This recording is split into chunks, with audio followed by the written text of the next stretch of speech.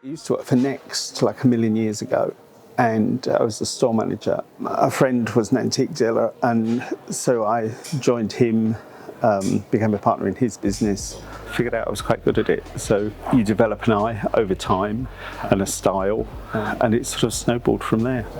I wasn't computer literate, so the idea of a website frightened me to death. But other friends who were with PH9 said, you really should have one, and kept on and on at me. So I signed up for it, and then we went into lockdown, and that was the perfect time for me to dismantle the shop, have everything photographed. I learned to upload with the tutorials onto the website, something that horrified me, but it's really simple, even I can do it. Well, now I do it blindfolded. And it sort of conquered the fear of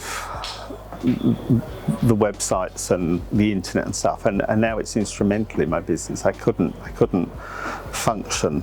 Things go wrong, or there are questions come up that I don't know the answer to, and you're literally on the end of a phone. So someone's there, Jed or somebody, and whatever the question is, it's dealt with immediately. One of the first questions when clients email me is this still available? And I email them back and say yes. Too often customers have the experience that they ask a dealer and they say, oh, it's sold. Oh, no, it sold months ago. Well, then it shouldn't be on the website. PH9 have made it really easy to mark it reserved, mark it sold, it disappears. Now we're not in lockdown, I have a warehouse in Yorkshire where everything's stored and the restorers are based. And so that has a photographic studio. So it's photographed, and then they email me the photos and the dimensions, and I upload it onto the website. When I do a fair, we release about 100 things each time I do the Battersea Fair, and they go live on the website on the morning of the fair. So that's always really exciting to get people's reaction. Obviously all the photographs change on the website as well overnight, so it's a bit of a wow for my regular clients. And I love working with interior decorators and private clients. You form great friendships with these people because I've worked with them for years and years, and we've sort of grown up together. Whatever you want to do in life, if you work hard enough at it and are that determined, you will succeed. I wasn't great at school, but I have common sense, and you think that would look amazing in any number of rooms.